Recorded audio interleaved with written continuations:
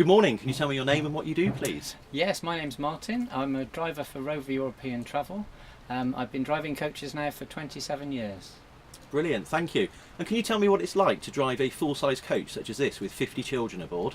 Can be quite stressful. There's a lot of responsibility. You're aware that you've got 50 people's lives in your hands, and that is our main concern at all times.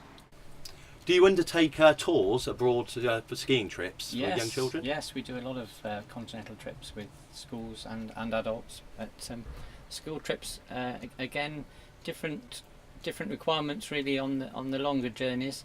Requires a lot of concentration. Again, you need to be focused on the road, so you need to have confidence in the fact that the teachers are looking after the children as well as the children taking responsibility for themselves.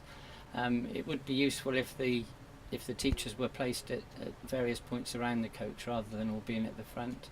But again, it's a concentration issue really on the longer journeys, that we are travelling for long periods of time. We need to keep focused on the road ahead, and any distractions sort of do detract from that. So. Do you ever get distracted when you're driving the coach back from school? Yes, the school run is particularly difficult because it's a busy time on the roads. There are lots of people about outside the coach as well as inside, so any noise is sort of magnified. Also, you have the problem of distractions. You can see people moving in the background, so it is a particularly stressful time to be taking to transport children. When you're abroad and you have to stay overnight, do you often given a room on your own, or do you sometimes have to share? Usually we're on our own. We sort of insist, if possible, that is the case, because as soon as you're sharing with somebody else, it does make it very difficult to get the required amount of rest. Noise can be an issue sometimes in the hotels. It's very important that we do, especially on the day before we're coming home, when we're just about to undertake a long journey.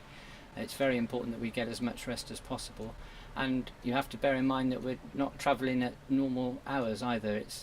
You're quite often trying to sleep during the day so that you can travel through the night, and this can be a problem. You do need to get as much rest as possible to prepare yourself for the long journey home. So how do you feel students should act when they're on your coach? It would be nice to feel that they're aware that this is a busy time on the roads when children are going home from school, or the parents are there to pick them up as well.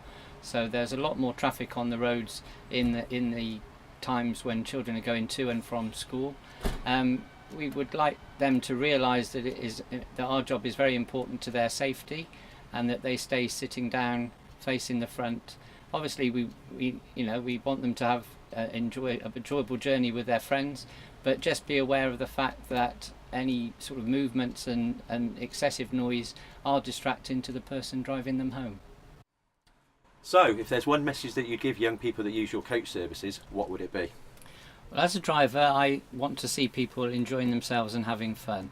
But to do that, they must be aware that our job is a very responsible one, and that their lives are in our hands, and we would ask that they just consider the driver and act responsibly when they're on the coach on the long journeys to and from their destination.